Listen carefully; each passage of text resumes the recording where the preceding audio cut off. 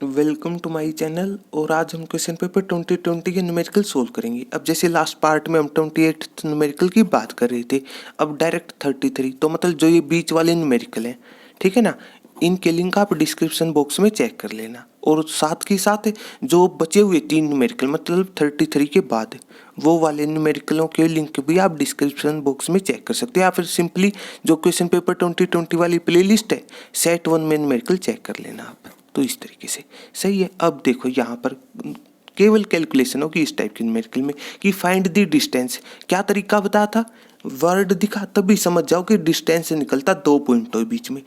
इस हिसाब से चलोगे बेस्ट है अपने आप कैलकुलेशन, और हर न्यूमेरिकल आसान लगेगा। सही है। तो अब इसके बाद एक पॉइंट दिया हुआ है, तो हमारा टारगेट क्या है अब तक का डिस्टेंस के हिसाब से कि दूसरा पॉइंट आ जाए, एक गिवन है। और उसके बाद दूसरा पॉइंट आती डिस्टेंस फॉर्मूला अप्लाई कर देंगे। इस तरीके से सोचा करो आप। सही है।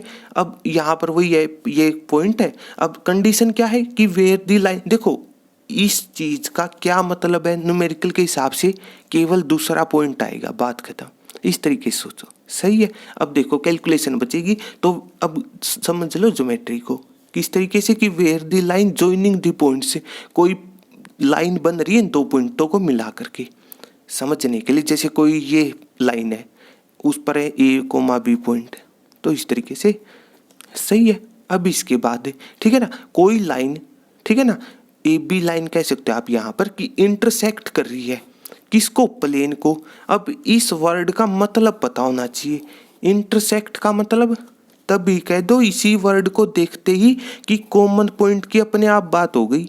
कॉमन पॉइंट कहो या फिर इसको आप कह दो पॉइंट ऑफ इंटरसेक्शन।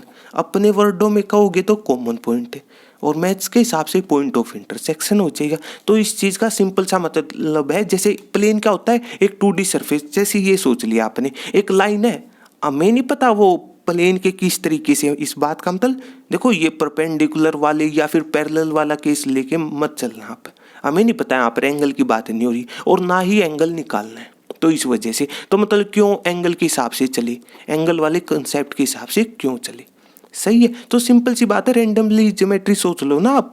सही है। अब थोड़ा सा सोचो, एक लाइन, ओ लाइन तो ये जैसे पेन डिनोट कर रहा है लाइन को, सही है, और जैसे एंड यहाँ पर प्लेन को रिप्रेजेंट कर रहा है। सिंपल सी बात है, ठीक है ना। तो लाइन और प्लेन जहाँ पर कट होंगे ना, एक कॉमन पॉइंट पर कट हो रही है, उस कॉमन पॉइंट का तो ही नाम है पॉइंट ऑफ इंटरसेक्शन।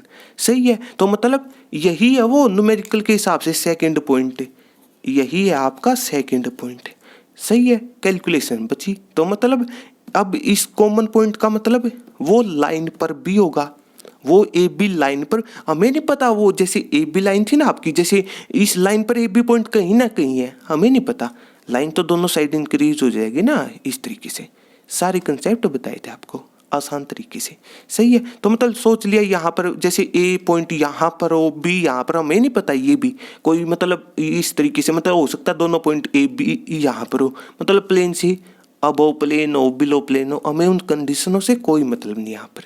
सही है। तो केवल है कॉमन पॉइंट से मतलब, तो मतलब जो पॉइंट होगा ना उस पॉइंट का नाम कुछ रख लो, तो मतलब वो किस पर है, लाइन पर भी है प्लेन पर भी है, तो इस चीज़ का फायदा उठा लो।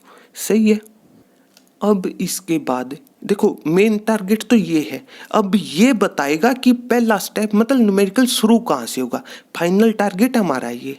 अब छोटे छोटे स्टेप क्या क्या अप्लाई होंगे, अब वो कहाँ से आएंगे, अब वो हमें पता होना चाहिए। देखो अब मेन टारगेट क्या है कि एक पॉइंट है, जैसे सिर्फ ये सोचो आप, जैसे P पॉइंट है, चलो Q पॉइंट मान लिया हमने जो रिक्वायर्ड पॉइंट है, चलो XYZ जो भी, या फिर अल्फा बीटा गामा अगर मानना चाहो तो मान लिया। इस तरीके से अब बताओ, अब हमें तो मेन काम है ये तीनों वेरिएबल आ जाए, फिर डिस्टेंस फॉर्मूला अप्लाई कर देंगे। इस तरीके से सोचा करो, मतलब 3 वेरिएबल है। और +2 क्लास में बताता एक्चुअल में तो होता है कि जितने वेरिएबल है कम से कम उतनी इक्वेशन होनी चाहिए सोल्व करने के लिए, लेकिन +2 में 3 तो कभी मिलेंगे ही नहीं। याद रख लो ये ट्रिक। 3D का कोई भी न्यूमेरिकल चेक कर लो आप, कहीं पर भी 3 कंडीशन तो मिलेंगी ही नहीं, सिर्फ 2, और 2 के बाद 23, 12 या फिर को क्रॉस मल्टीप्लिकेशन मेथड अप्लाई करना होता है। तो इस तरीके से सोचा करो। सही है। अब इसके बाद अगर आपने ये पॉइंट मान लिया, थोड़ा सोचो, अगर आपने ये पॉइंट मान लिया, हमारा टारगेट है कि 2 कंडीशन आ जाए ताकि 23 बार अप्लाई कर दे, इस तरीके से सोचो। सही है। अब यहाँ पर कि 2 कंडीशन आनी चाहिए। फिर देखो, जो एक तो ये डायरेक्टली कि पॉइंट प्लेन पर भी है ना, ज्योमेट्री के हिसाब से बता दो था, पॉइंट लाइन पर भी है प्लेन पर भी है। तो प्लेन की तो इक्वेशन गिवन है, प्लेन की तो इक्वेशन गिवन है, मतलब पॉइंट को उठा करके यहाँ पर पुट कर देंगे, एक कंडीशन आ जाएगी। सही है। इस तरीके से उसके बाद इसी तरीके से ए बी तो है, लेकिन ए बी मतलब लाइन तो है, लेकिन लाइन की क्या नहीं है, ये काम की बात है, उसकी इक्वेशन नहीं है। तो मतलब इक्वेशन ऑफ ए बी चाहिए हमें। सही है। इक्वेशन ऑफ ए बी आते ही इक्वेशन ऑफ इस न्यूमेरिकल के हिसाब से ए बी लाइन है, ठीक है ना, वो इक्वेशन आते ही वो पॉइंट उसकी इक्वेशन में पुट कर देंगे तो 2 कंडीशन आ जाएंगी, 23 बार अप्लाई कर देंगे, काम चल गया। सही। केवल इतना सोचा करो, हर न्यूमेरिकल आसान लगेगा। यहाँ पर केवल और केवल ये ज्योमेट्री समझनी है आपने, तो मतलब कॉमन पॉइंट। तो इस तरीके से सही है। यहाँ पर इस तरीके वाले केसों में कंफ्यूज मत रहना, एंगल के हिसाब से जब चलना ही नहीं तो क्यों सोचा। सही है। वहाँ पर कैलकुलेशन लेंथी होगी, मतलब चेक करना पड़ेगा वो कि कौन सा एंगल बना रहा है, न्यूमेरिकल का वो टारगेट ही नहीं है, तो क्यों सोचा उस कंसेप्ट के बारे में। सही है। इस तरीके से अब इसके बाद तो जैसे अब देखो, यहाँ पर पता चला हमें कि इक्वेशन ऑफ ए बी चाहिए, और लाइन की इक्वेशन लिखने के लिए 2 ट्रिक बताई थी आपको, या तो एक पॉइंट हो और स्लोप हो। इस चैप्टर में उसका नाम हो जाता है कि कोई चीज़ उसके पैरेलल हो, मतलब वो लाइन भी कहो या फिर वेक्टर कहो, आपके ऊपर है। सही है। या फिर 2 पॉइंट हो, ए बी पर 2 पॉइंट गिवन है ना न्यूमेरिकल में, काम चल गया। तो मतलब सेकंड ट्रिक अप्लाई कर दो, इस तरीके सोचा करो। सही है। तो 2 पॉइंट है, 2 पॉइंटों से हम इक्वेशन लिखना जानते हैं, फायदा उठा लो अब हर बात का, केवल कैलकुलेशन बची। सही है। तो सॉल्यूशन कुछ इस तरीके से, तो जैसे लिख लो अब आप इस न्यूमेरिकल का सॉल्यूशन, ठीक है ना। तो मतलब कह देना ये पी पॉइंट के तो बाद में लिख लेंगे। तो जैसे गिवन है बी पॉइंट तो डायरेक्टली लिख दो आप, या फिर लिखना चाहो तो लिख देना कि गिवन है पॉइंट ए और बी किसी लाइन पर। सही है। ठीक है ना। तो मतलब कह दो कि गिवन है ए पॉइंट, जो जो वैल्यू है आपके पास वो लिख दी। सही है। इस तरीके से अब इसके बाद अब वो मान ली हमने, जैसे ए और बी किसी लाइन पर है, ऑन लाइन ए बी। सही है। ए बी मान ली हमने, तो इस तरीके से। सही है। तो यहाँ पर आप डायरेक्टली लिख दो, देयरफॉर हमें चाहिए थी इक्वेशन, तो equation of line A B is. सही है। 2 पॉइंटों से हम इक्वेशन लिखना जानते हैं। अब बेसिक फॉर्मूला। सही है। तो अब वही बात है, फॉर्मूला डायरेक्ट याद हो, अच्छी बात है। ये वाला x minus x1 divided by a, y minus y1 divided by b, z minus z1 divided by c. अब बताओ ना जी, इसके बाद इक्वेशन वर्ड का मतलब ही होता है कि इक्वल टू का साइन हो और साथ के साथ कम से कम एक वेरिएबल होना जरूरी होता है। तो यहाँ पर x y z तो होते हैं वेरिएबल, तो इस तरीके से। सही है। उसके बाद अब आपके ऊपर है, इन 2 पॉइंटों में से कोई किसी को भी, मतलब एक पॉइंट के हिसाब से x1 y1 z1 मान लो। चलो पहला उसको मान लिया। सही है। तो x माइनस x1 3 का हो जाएगा, वैल्यू पुट करो डायरेक्टली। तो y माइनस y1 -4 है, तो यहाँ पर एक माइनस फॉर्मूले वाला था, तो कैलकुलेशन से +4 हो जाएगा। इसी तरीके से ये फॉर्मूले वाला और यहाँ पर कैलकुलेशन से +5 हो जाएगा। अब divided by A B C क्या है, डायरेक्शन रेशो। और डायरेक्शन देखो, ये छोटी छोटी चीज़ें याद रखो, ये बेस्ट है। डायरेक्शन रेशो बताया था हमने क्या कि डायरेक्शन रेशो सिंपली एक डेफिनेशन नहीं याद रख सकते, कौन सी, कि डायरेक्शन रेशो एक डिस्टेंस है। सही है। डिस्टेंस निकलता 2 पॉइंटों के बीच में, बात खत्म। अपनी अपनी एक्सिस पर, ये काम की बात है, स्पेशल बात है जो बुक्स में नहीं मिलेगी आपको। सही है। तो कह दो सिंपली डिवाइड, यहाँ पर दोनों को यहाँ पर आप माइनस कर दो, सब्ट्रैक्ट कर दो, आपकी चॉइस है। ए में से बी माइनस करो या फिर बी में से ए माइनस करो, एक चीज़ है, ये कंफ्यूज मत रहना कभी भी। सही है। तो मतलब चलो बी का यूज नहीं हुआ, चलो बी में से ए को माइनस कर लिया, तो मतलब अपनी अपनी एक्सिस पर। तो सबसे पहले एक्स एक्सिस पर डिफरेंस, तो 2 - 3 कैलकुलेशन से -1 आ जाएगा, तो इस तरीके। फिर वाई पर डिफरेंस, तो -3 एक माइनस फॉर्मूले वाला, और यहाँ पर -4 कैलकुलेशन से 1 हो जाएगा। इसी तरीके से 1 माइनस फॉर्मूले वाला और -5 कैलकुलेशन से 1+5 का काम हो जाएगा। तो इस तरीके से सही है। और इक्वल्स टू ये है स्पेशल बात है, इस तरीके से सही है। मतलब यहाँ पर हमें उस पॉइंट की भी नहीं जरूरत है, जो ये पॉइंट था अल्फा बीटा गामा, ये बात बिल्कुल सही है। इसी न्यूमेरिकल की भी दो चॉइस बन रही है अपने यहाँ पे। तो मतलब एक तो पहली चॉइस तो है क्या कि उस रिक्वायर्ड पॉइंट को ही आप अल्फा बीटा गामा के हिसाब से मान लो, जैसे हमने क्यू पॉइंट माना था। और उसके बाद वो 23-12 वाला कंसेप्ट अगर कोई अप्लाई करना चाहे सेम आंसर आएगा। एक चॉइस तो ये बता दी थी। अब दूसरी चॉइस के हिसाब से न्यूमेरिकल सोल्व कर लेते हैं, सही है। तो इस तरीके ये लैम्डा क्या है, ये लैम्डा दो चीज़ें एक्चुअल में यहाँ पर पैरेलल है, वहाँ से आती है। दो वेक्टर पैरेलल हो तो एक दूसरे के मल्टीपल होते हैं, ये वाला कंसेप्ट है यहाँ पर, सही है। और जो डायरेक्शन रेशो में अगर मान लो कोई अगर ए में से बी माइनस करता तो माइनस का डिफरेंस आता, वो इस लैम्डा में शिफ्ट हो जाता है। ये सारी चीज़ें बताई थी बेसिक तरीकों से। तो इस तरीके से सही है। बस इसके बाद हमें स्पेशल पॉइंट क्या है, यहाँ पर एक स्पेशल पॉइंट सेकंड चॉइस में केवल एक ये है कि एनी पॉइंट ऑन लाइन हम लिखना जानते हैं, ये है वो स्पेशल पॉइंट। मतलब अगर लाइन की इक्वेशन हो ना हमारे पास, हम एक पॉइंट उस पर लिखना जानते हैं ताकि केवल एक वेरिएबल आए, ये स्पेशल बात है। जैसे न्यूमेरिकल में तो प्लेन की भी इक्वेशन है, लेकिन वहाँ पर नहीं कंसेप्ट होता। मतलब प्लेन की इक्वेशन से आप डायरेक्ट पॉइंट फाइंड आउट कर सकते हो, ये कमी है। लेकिन जिस पर अप्लाई कर सकते हो उसका फ़ायदा उठा लिया करो। तो ये है सेकंड चॉइस, सही। यहाँ पर केवल एक वेरिएबल सोल्व करना है, आसान कैलकुलेशन बनेगी। उससे भी अगर कोई चाहे तो कैलकुलेट कर सकता है, सही है। अगर अपने आप कर सकते हो तो अच्छी बात है, नहीं तो आप कमेंट कर देना, उससे भी आपको सॉल्यूशन मिल जाएगा, सही है। हाँ, हिंट के लिए सारी चीज़ें बता चुके हैं आपको कि पहली चॉइस से कैसे सोल्व कर सकते हो, सही है। तो अब इसके बाद यहाँ पर लिखना चाहो एनी पॉइंट ऑन लाइन, सही है। यहाँ पर ये बात है, ये स्पेशल चीज़ है, एनी पॉइंट ऑन लाइन, जैसे लाइन ए भी मान रही है, सही है। तो पॉइंट वही है, तो इस पर क्यू पॉइंट मान लिया, चलो सही है। तो क्या बता था, सबसे पहले एक्स एक्सिस पर डिस्टेंस, तो इन दोनों को इक्वेट कर दो तो एक्स निकाल लो।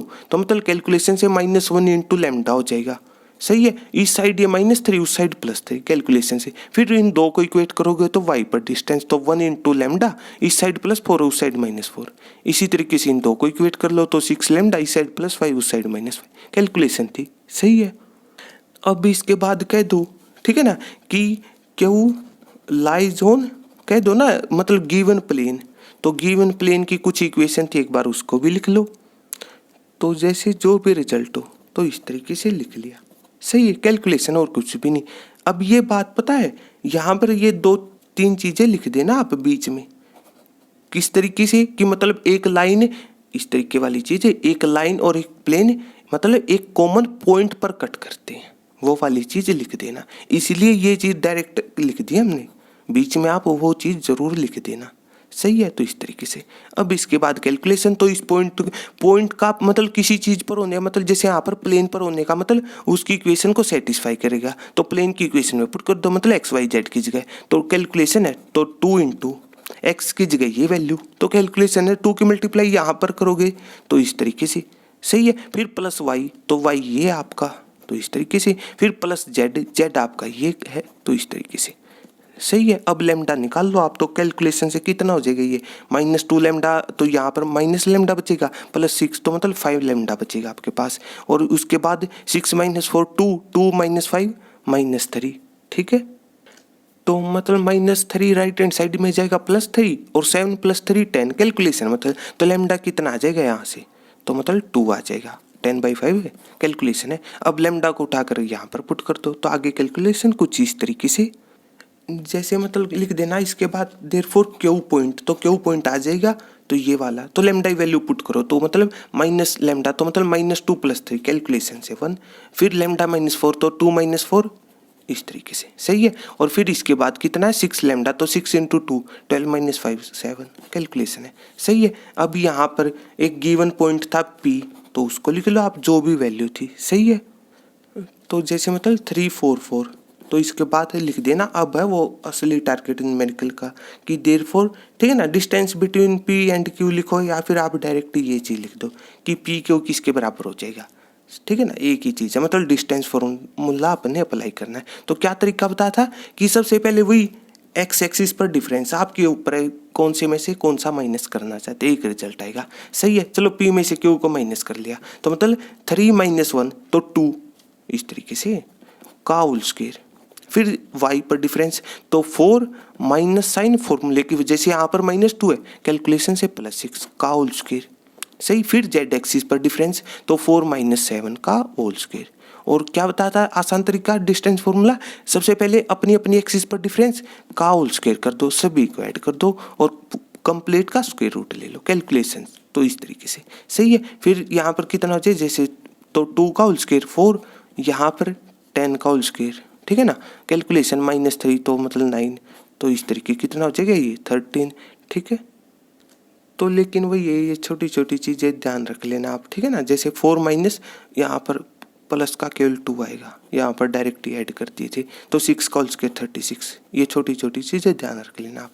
सही है, तो मतलब 49, तो 49 का स्क्वायर रूट कितना हो जाएगा, डायरेक्ट लिख दो आप, तो 7। सही है, लेकिन वही बात है, एक्चुअल में तो उसकी इवन पावर 8 थे, तो ये चीज़ आई थी। सही है, लेकिन माइनस साइन कहाँ पर गया, डिस्टेंस है, डिस्टेंस कभी नेगेटिव होता नहीं। अगर वो बात भी लिखना चाहो अच्छी बात है, लिख देना यहाँ पर कि मतलब जो आपका पी क्यू है वो -7 क्यों नहीं हो सकता, क्योंकि डिस्टेंस कांट भी नेगेटिव, इस वजह से। सही, ये चीज़ें लिख दोगे अच्छी बात है, मतलब सारी चीज़ें आपको पता है, तो इस तरीके से सही है। और फिर भी डिस्टेंस मतलब कोई यूनिट होगी, तो इस तरीके से लिख दो। सही है, कैलकुलेशन है और कुछ भी नहीं। मेन था न्यूमेरिकल को कि किस किस तरीके से आप सोल्व कर सकते हो। सबसे आसान तरीका 3D का ज्योमेट्री समझ जाओ, हर न्यूमेरिकल आसान लगेगा। सही है, और जो पहला तरीका था फिर न्यूमेरिकल के हिसाब से अल्टरनेट मेथड, वो अगर कोई मतलब दूसरे पॉइंट को इस तरीके से मानना चाहिए, तभी समझ जाओ कि 3D में तो भूल जाओ कि 3 कंडीशन मिलेंगी, तो कह दो 2 कंडीशन चाहिए, और उसके बाद हम 23 12 या फिर को क्रॉस मल्टीप्लिकेशन अप्लाई करना जानते हैं। हाँ, अगर ये मेथड किसी को सीखना हो तो मतलब जैसे जो 2019 वाली प्लेलिस्ट है क्वेश्चन पेपर वाली, वहाँ पर कोई न्यूमेरिकल उठा करके चेक कर लेना, 3D में मिल जाएगा ये कंसेप्ट आपको। तो इस तरीके से केवल कैलकुलेशन बचती है और कुछ भी नहीं, तो इस तरीके से सही है। केवल आसान तरीका ज्योमेट्री समझी, फिर उसके बाद चेक करो कि हम क्या क्या चीज़ जानते हैं। यहाँ पर इस न्यूमेरिकल में केवल एक स्पेशल पॉइंट ये था कि मतलब इस चॉइस में कि एनी पॉइंट ऑन लाइन ही हम लिखना जानते हैं। जब प्लेन की इक्वेशन हो वहाँ पर नहीं हम डायरेक्ट लिख सकते, ये स्पेशल बात थी।